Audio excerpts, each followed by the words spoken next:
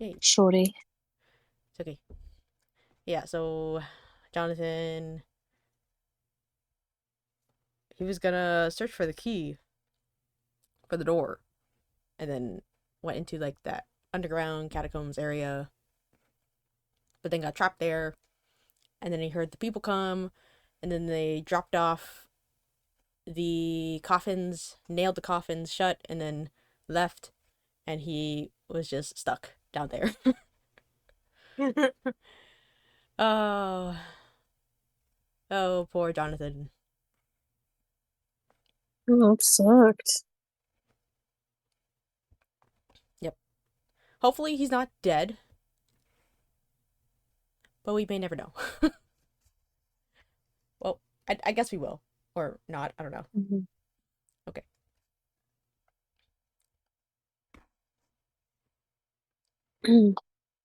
um,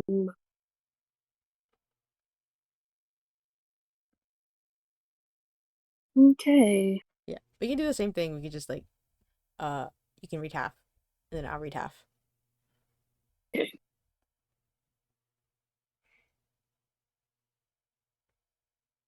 Chapter 5.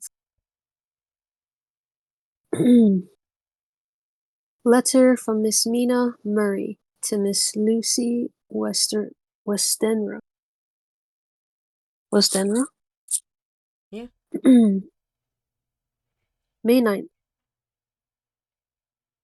My dearest Lucy, forgive me, forgive my long delay in writing, but I have been simply overwhelmed with work.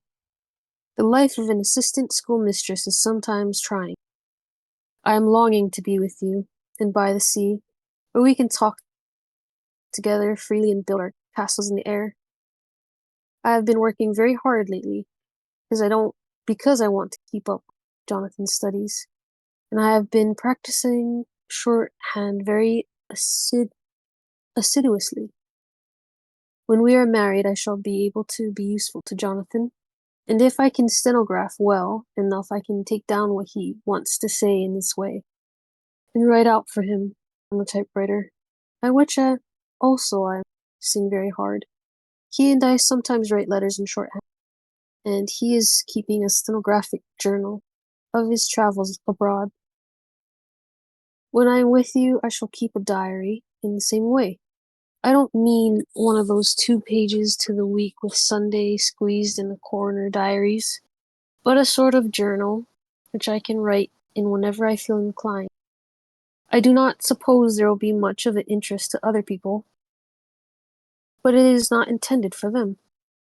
I may show it to Jonathan some day if there is in it anything worth sharing, but it is really an exercise book.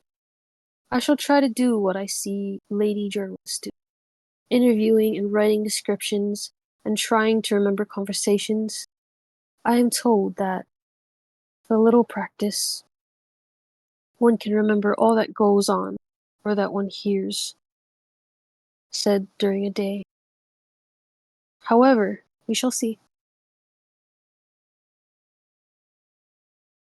I will tell you of my little plans when we meet. I have just had a few hurried lines from Jonathan from Transylvania. He is well and will be returning in about a week.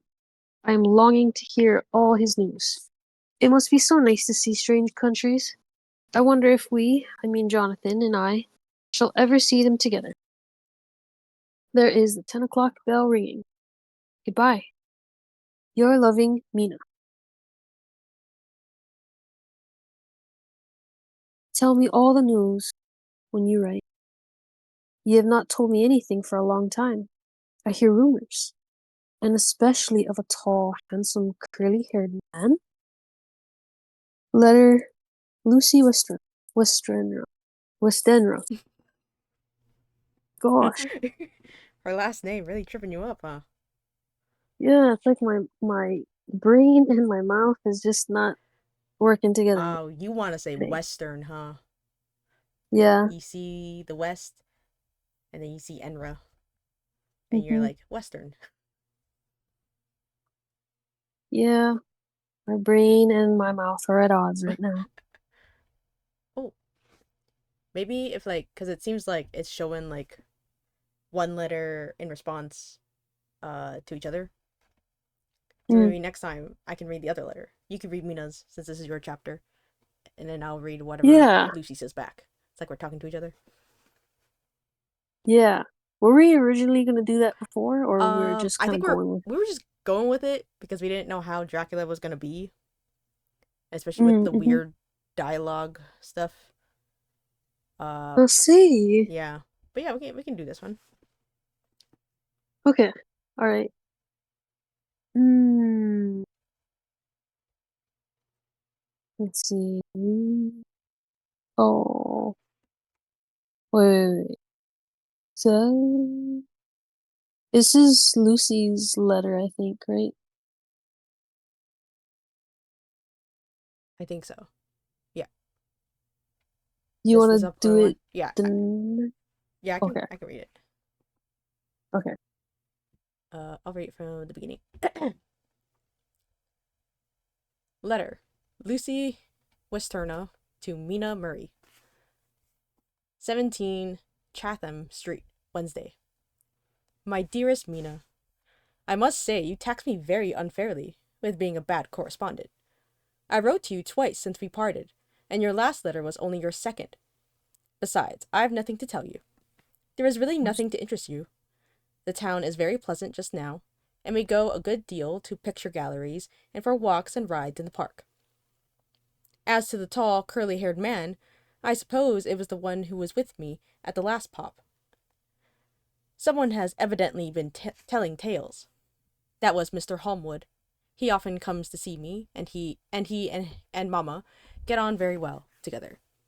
They have so many things to talk about in common. We met some time ago a man that would that would just do for you, if you were not already engaged to Jonathan. He is an excellent parti, being handsome, well off, and of good birth. He is a doctor and really clever. Just fancy. He is only 29, and he has an immense lunatic asylum all under his own care. Mr. Holmwood introduced me to him, and he called here to see us, and often comes now. I think he is one of the most resolute men I ever saw, and yet the most calm. He seems absolutely imperturbable. That is a weird word. Im- Imperturbable? Mm-hmm. Yeah. Yeah. Okay. I can fancy what a wonderful power he must have over his patients. He has a curious habit of looking one straight in the face, as if trying to read one's thoughts. He tries this on very much with me, but I flatter myself, he has got a tough nut to crack. I know that from my glass. Do you ever try to read your own face? I do, and I can tell you it is not a bad study, and it gives you more trouble than you can well fancy if you have never tried it. He says I can afford him a curious psychological study, and I humbly think I do. I do not, as you know, take sufficient interest in dress to be able to describe the new fashions. Dress is a bore. That is slang again, but never mind. Arthur says that every day. There, it is all out. Mina, we have told all our secrets to each other since we were children. We have slept together and eaten together, and laughed and cried together. And now though I have spoken, I would like to speak more. Oh, Mina, couldn't you guess? I love him. I am blushing as I write, for although I think he loves me, he has not told me so in words. But oh, Mina, I love him.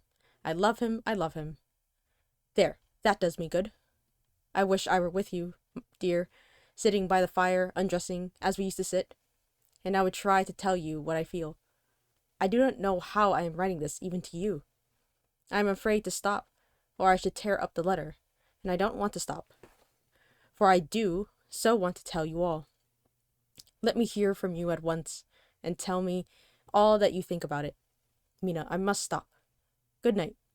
Bless me in your prayers, and Mina, pray for my happiness. Lucy. P.S. I need not tell you this is a secret. Good night again. L. Oh, I guess this is Lucy. Lucy again.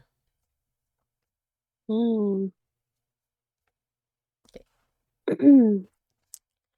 Letter. Oh, I can read this one. Okay, go ahead. Yeah. Oh, Lucy. Letter. Lucy Westenra to Mina Murray. May 24th. My dearest Mina, thanks, and thanks, and thanks again for your sweet letter. It was so nice to be able to tell you and to have your sympathy. My dear, it never rains but it pours. How true the old proverbs are. Oh God, why did I struggle with that? How true the old proverbs are. Here I am, who shall be 20 in September, and yet I never had a proposal till today. Not a real proposal, and today I have had 3. Just fancy, 3 proposals in one day. Isn't it awful? I feel sorry, really and truly sorry for 2 of the poor fellows. Oh, Mina, I am so happy that I don't know what to do with myself. And 3 proposals. But for goodness sake, don't tell any of the girls, or they would be getting all sorts of extravagant ideas and imagining themselves injured and slighted if, in their very first day at home, they did not get 6 at least. Some girls are so vain. You and I, Mina dear, who are engaged and are going to settle down soon soberly into old married women, can despise vanity.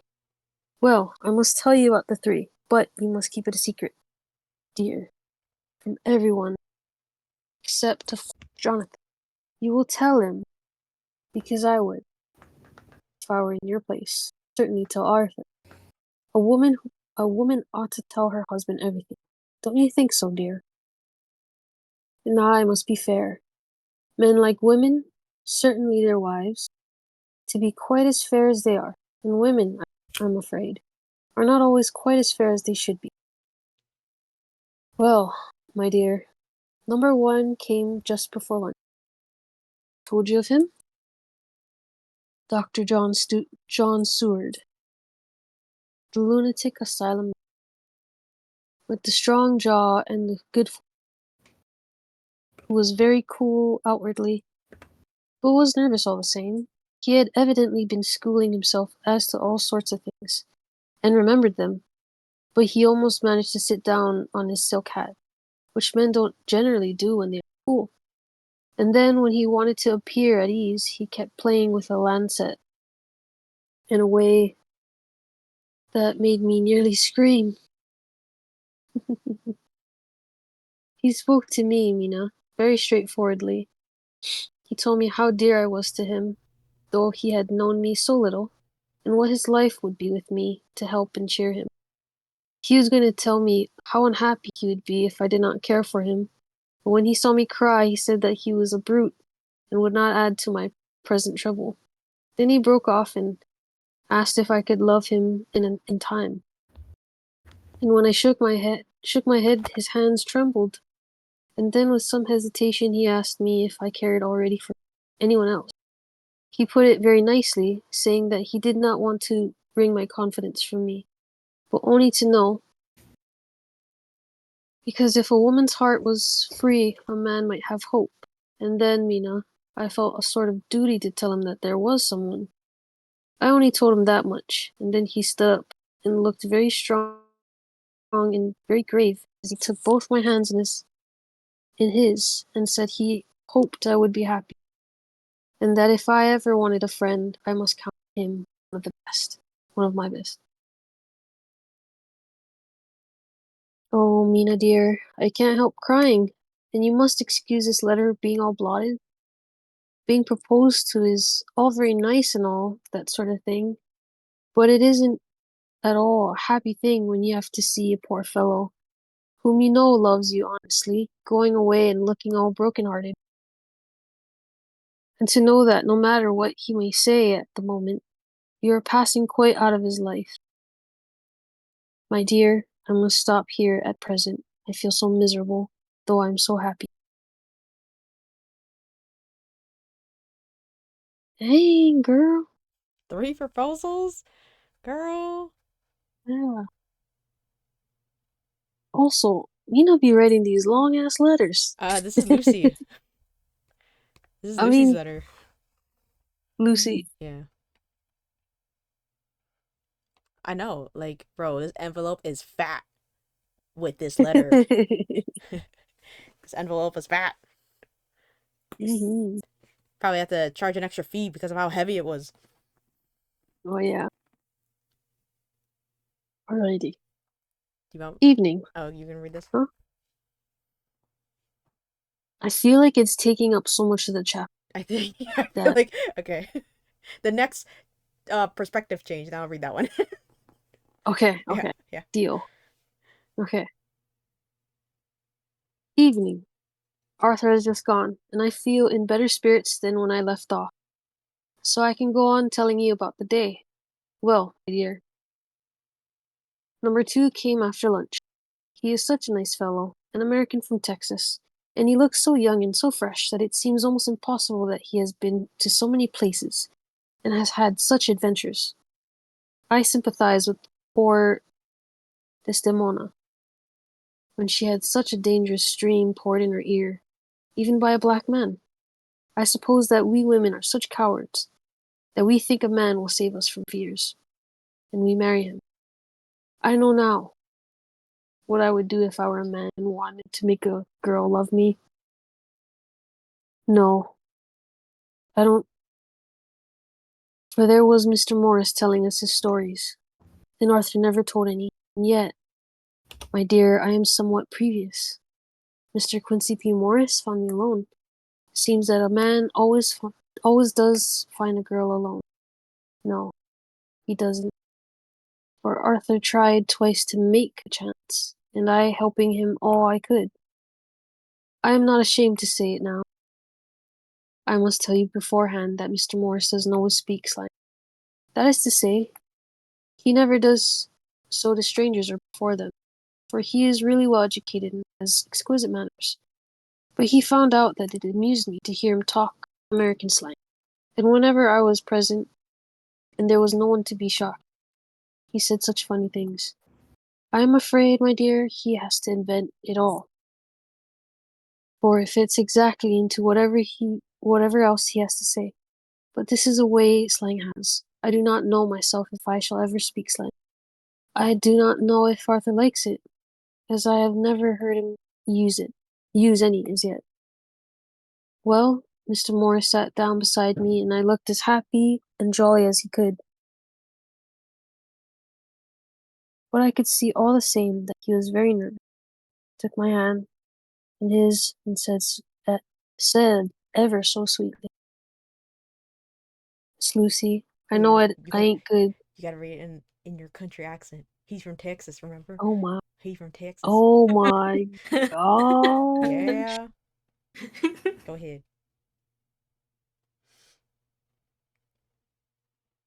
I gotta. Oh my god.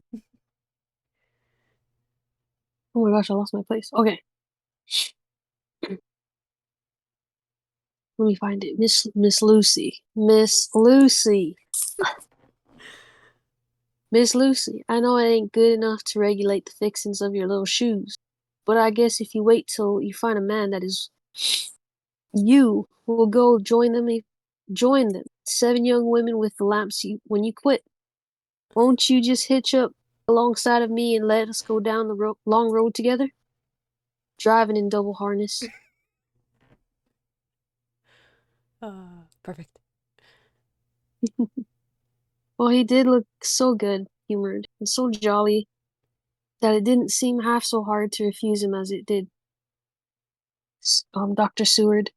So I said, as lightly as I could, that I did not know anything of hitching, and that I wasn't broken to harness at all yet.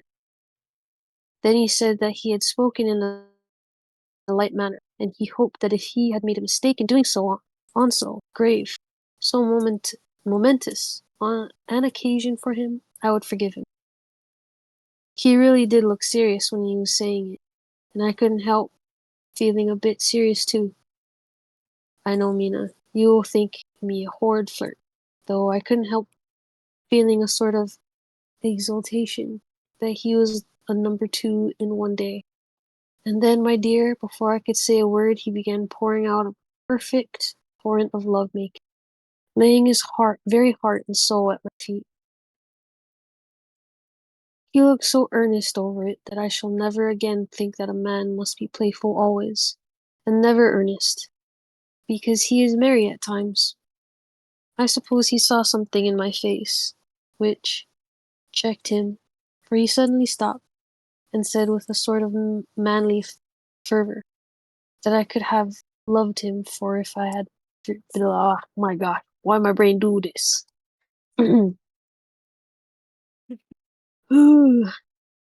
I suppose he saw something in my face which checked him, for he suddenly stopped and said with a sort of manly fervor that I could have loved him for if I had been free.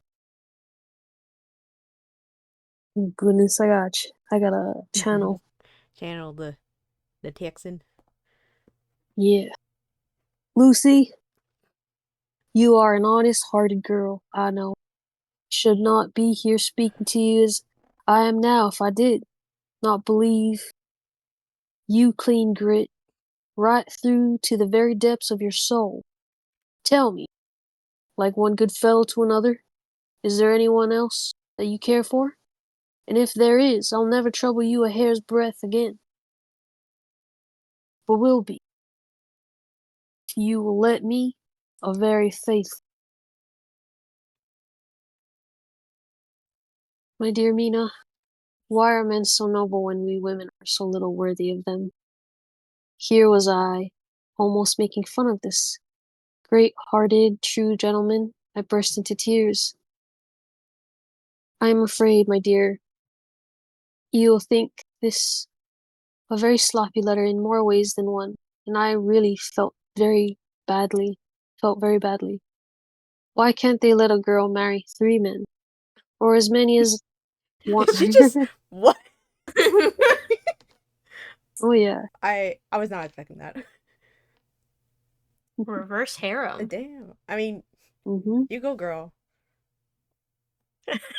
She wanted it all. She do. Just like Winnie. Okay, listen here. What These nah? are real guys for her though. I don't want three real guys. Just want one real guy. Maximum. That's maximum. Yeah. It's alright. One day it's gonna happen. Yeah, we'll All see. 3 proposals. What? Yep. No way. It's gonna be something I'm not Miss out of a Lucy. I'm not Miss Lucy, okay? it's gonna be something out of a Korean drama. And I'm gonna be for it. I'm gonna be like, yeah. Oh gosh.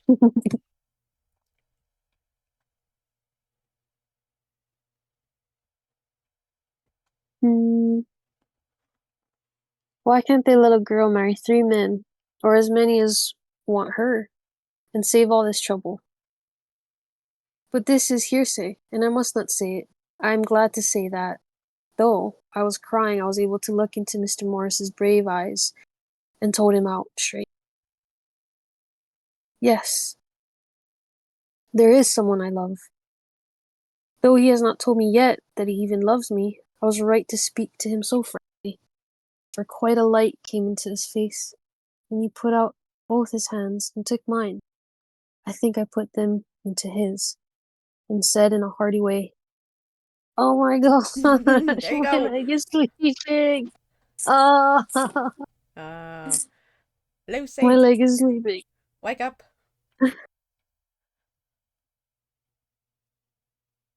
Oh, I hate this. Why? Wake up, you gosh darn leg. Oh my goodness. Or why? Okay. Channel, gotta channel that Channel. southern. Mm-hmm. That's my brave girl. It's better.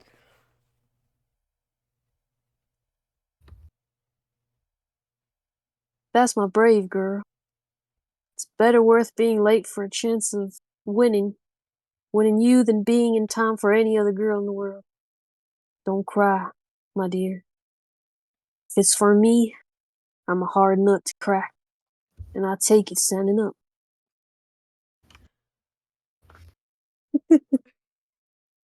Like,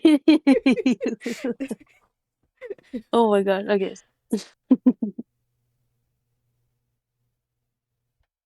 That other fellow doesn't know his happiness, well, he'd better look for it soon. He'll have to deal with me. Little girl, your honesty and pluck have made me a friend. And that's rarer than a lover. More unselfish anyhow. My dear, I'm gonna have a pretty lonely walk between this and Kingdom Come. Won't you give me one kiss? It'll be something. Keep off the darkness now and then. You can, if you like, for that other good fellow. He must be a good fellow, dear, and a fine fellow. Or you cannot love him. Hasn't spoken yet. That quite won me, Mina, for it was brave and sweet of him, and noble too. I think that's Lucy. Oh my god! I'm realizing it now! Yeah. What? I see it, though. What is that? Quotation mark? The single quotation mark. Yeah. It was a Ugh. hard thing to. Yeah, it was hard to see. Don't worry. I was just like, huh? Why is he saying that? How does he know Mina? That is interesting. I'm gonna read that in Mina's voice. Okay. You mean Lucy's? Ah, Lucy! Lucy! Lucy. That quite won me, Mina, for it was brave and sweet of him. Oh gosh, I can't break out of that. Ugh! It's Oh, stuck! it's stuck. Yeah. It's okay, she's got me one of those Southern bells. That quite won me, Mina, for it was brave and sweet of him, and noble too. To a rival, wasn't it? He's so sad. So I leant over and kissed him. He stood up with my two hands in his, and as he looked down into my face, I'm afraid I was blushing very much, he said. Little girl, I hold your hand, and you've kissed me. And if these things don't make us friends, nothing ever will. Thank you for your sweet honesty to me, and goodbye. He wrung my hand, taking off his hat, went straight out of the room without looking, without a tear or quiver or pause, and I'm crying like a baby. Well, why must a man like that be unhappy when there are lots of girls out there, lots of girls about, who would worship the very ground he trod on? I know I would if I were free. Only I don't want to be free. My dear, this quite upset me, and I feel I cannot write of happiness just at once, after telling you of it, and I don't wish to tell of the number 3 until it can all be happy. Ever, your loving Lucy.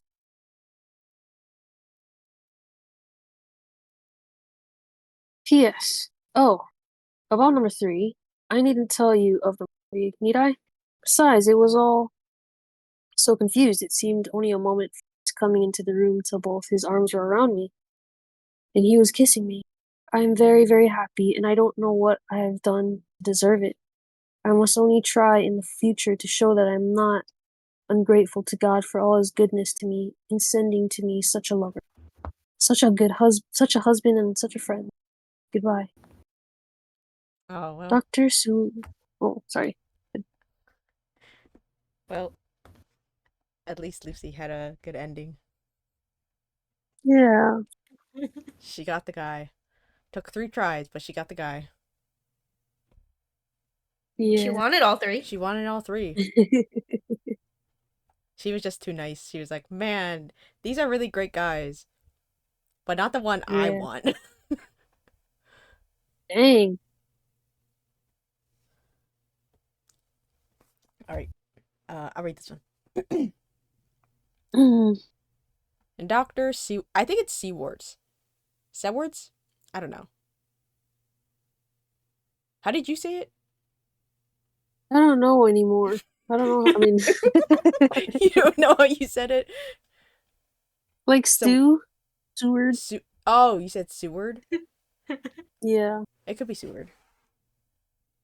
Seward? Seward? I have no idea. I don't know. Such an interesting last Like, name. does the W go with the ARD or does the W go with the SE? Hmm. He doesn't, I don't know. We're gonna call him Seward since you All said it right, first. Seward. Yeah. Dr. Seward's Diary. Captain Phonograph. The 25th of May. Ebb tide in appetite today. Cannot eat, cannot rest. So diary instead. Since my rebuff of yesterday, I have a sort of empty feeling. Nothing in the world seems of sufficient importance to be worth the doing. As I knew that the only cure for this sort of thing was work, I went down amongst the patients. I picked out one who has afforded me a study of much interest. He is so quaint that I am determined to understand him as well as I can.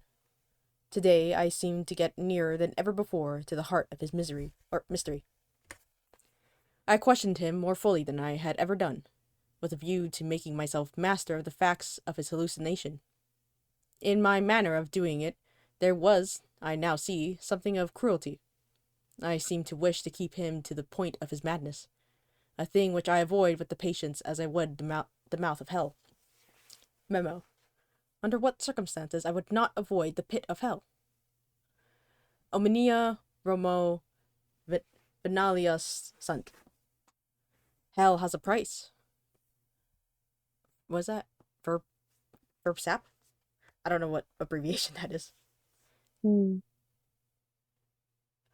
If there be anything behind this instinct, it will be valuable to trace it afterwards, accurately, so I had better I had better commence to do so, therefore. R. M. Renfield. Eight. What is that? Eight. ATAT? ATAT? I have no idea. I don't know how to read that. There. Okay, ATAT. ATAT 59. Sanguine temperament. Great physical strength. Morbidly excitable. Periods of gloom, ending in some fixated or fixed idea which I cannot make out. I presume that the sanguine temperature itself and the disturbing influence end in a mentally accomplished finish. A possible dangerous man. Probably dangerous, if unselfish. In selfish men, caution is as secure an armor for those foes as for themselves. An armor for their foes as for themselves. What I think of on this point is when self is the fixed point, the centrifugal force is balanced with the centrifugal force.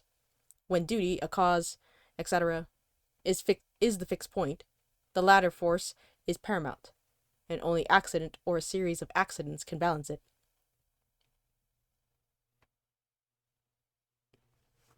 Okay. Do you want to read this one? It's another Yeah. person. Okay. Letter. Quincy P. Morris to oh, what is that? I don't know. I've never seen that abbreviation. Honor Arthur Maybe honorable. Honorable. Okay. Yeah, maybe. Letter Quincy P. Morris to Honorable Arthur Holmwood. May 25th. My dear Art, we've told yarns by the fire camp in the prairies, and dressed one another's wounds after trying a landing at Oasis, and drunk healths on the shore of Titicaca. I don't know how to say that. I don't know. I feel like you did the best you could. I don't know how to say it. I feel like I'm saying it wrong. Half of these words are probably wrong. There are more yarns to be told, and other wounds to be healed, and another health to be drunk. Won't you let this be at tomorrow night? I have no hesitation in asking you, as I know a certain lady is engaged to a certain dinner party, and that you are free. There will only be one other, our old pal at the Korea, Jack Seward. Seward? Sure, Seaward. Okay. There will only be one other, our old pal at the Korea, Jack Seward. He's coming too, and we both want to mingle. Our weeps over the wine cup, and to drink a well. Oh my god, I gotta read that. What is going on in my brain? Oh. And we both want to mingle our weeps over the wine cup, and to drink a health with all our hearts to the happiest man in all the wide world, who has won the noblest heart that God has made, and the best worth winning. We promise you a hearty welcome, and a loving greeting, health as true as your own right hand. We shall both swear to leave you at home if you drink to a deep. Oh my gosh, sorry, I'm gonna read that again. We shall both swear to leave you at home if you drink too deep to a certain pair of eyes. Come. Yours as ever and always, Quincy P. Morris. Telegram from Arthur Homewood to Quincy P. Morris. May 26th. Count me in every time. I bear messages which will make both your ears tingle. Art. Art. Ooh, I want my ears to tingle. I don't like tingling. I don't like tingle. Oh my gosh, what was that? Huh? Oh, Wait, I think a mosquito was you going got by my ear. you got attacked just a little bit. Yeah, that was so strange. Kill it. We're back. Oh, that was so strange. It just It wanted was to like, whisper into your ear. It was like buzz, buzz, buzz. it almost felt like my earbud amplified the Buzz. sound, and it felt creepy. You like it's echoing like an amphitheater. It's like bouncing Yeah. between your eardrum and the earbud. Oh yeah. I don't even know how, like, because it was like not even in my ear. It was like outside, but somehow it like got amplified. Oh, I hate that. Ooh. Buzz, buzz, buzz. It's like that one SpongeBob episode. Buzz, buzz, buzz. SpongeBob. Yeah, what a weird chapter. Definitely a filler chapter. Hmm. Poor Mina. Mhm. Who knows if Jonathan will make it out?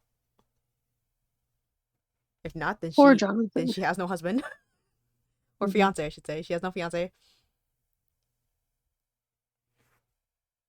So, do you think Arthur is sus? Hard to say. It is weird, right? That he all of a sudden. Well, I don't know. It depends. Because he's the. What is he? What is his job? Actually, did she even say what his job was? I don't think I don't so. think she did. Yeah. He sounds like he serves, though. Yeah. That he what? Uh, Which one is Arthur? Uh. Let me go back. The tall, handsome man with curly hair.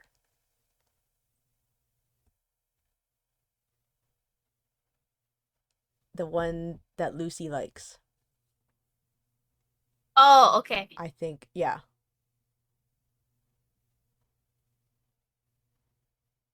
Yeah. Oh, he's a doctor. Wait. he's a doctor Wait, is he too? a doctor? No. No. It's Homewood that was the doctor. He was the asylum one. The first dude that proposed to her. Hmm. Wait, was that the first dude? Oh wait, I'm getting confused. Hmm. It's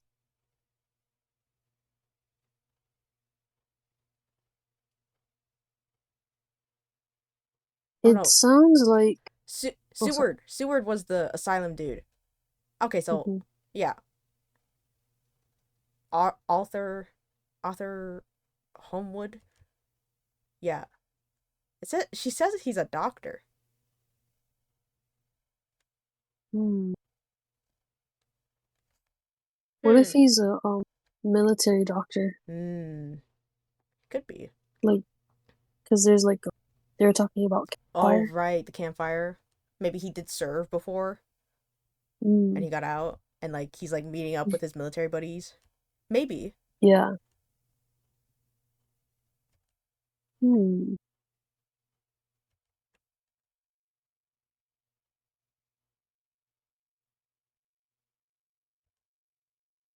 Yeah. Huh.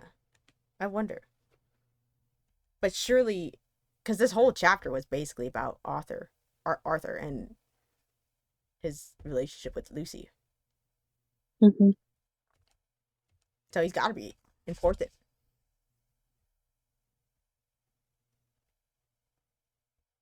I kind of felt sus about him in the beginning because it sounded, I guess, because he was being introduced. Maybe. I wondered if he was Dracula. Right, right. Dracula took on And another name. mhm.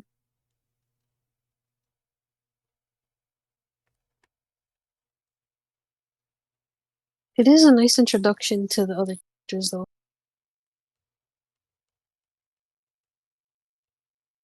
Yeah. Oh, wait.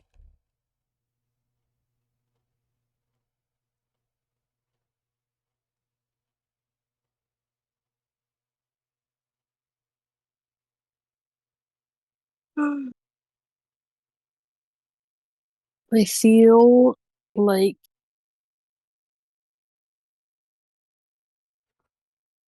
I wonder if it's kind of a random, what is that called? Entry Mm, or purposeful? What is that? right. The patient for Seward. Mm-hmm.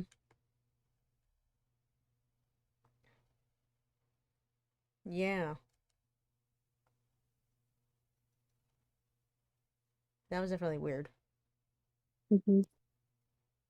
What if the patient was like Jonathan or something?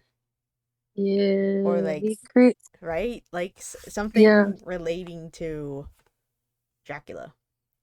Hmm. What if, or what if he was one of his goons? Oh, maybe. Like Like, like the vampire tears, right? yeah, Mm-hmm. they're like The, like the, I don't want to say half breed because they're not a breed. It's like a half blood vampires, I guess. I don't mhm. know. Something like that, right? Mm. Or the what is that? Just hypnotized. Oh, those ones. Yeah, the servants, Mm-hmm. the vampire servants, the ones that get hypnotized Yeah. into doing their work.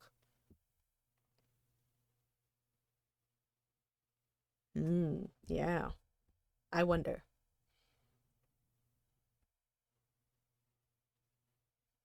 I guess we'll find out next time.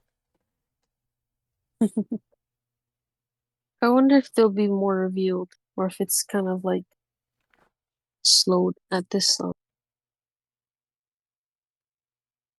I Hmm. guess where we're at, Yeah. if it's slowed down. Right. But it's probably introducing. It has to be introducing like a Hmm. strong new character, right? Hmm. So it's got to be either Seward or Arthur. Hmm.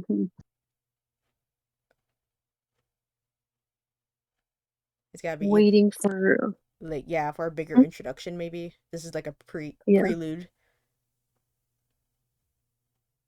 Hmm.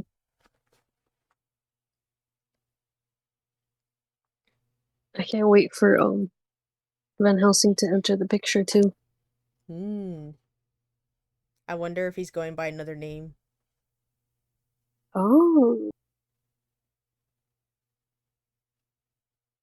Right? Because if his own name is mhm, well known already to Dracula, then of course he's got to go under some other what do you call it, alias to try mhm, and hunt him down. mhm.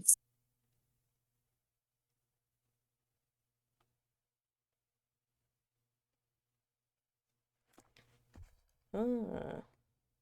Well, we shall see in the next chapter. Yeah.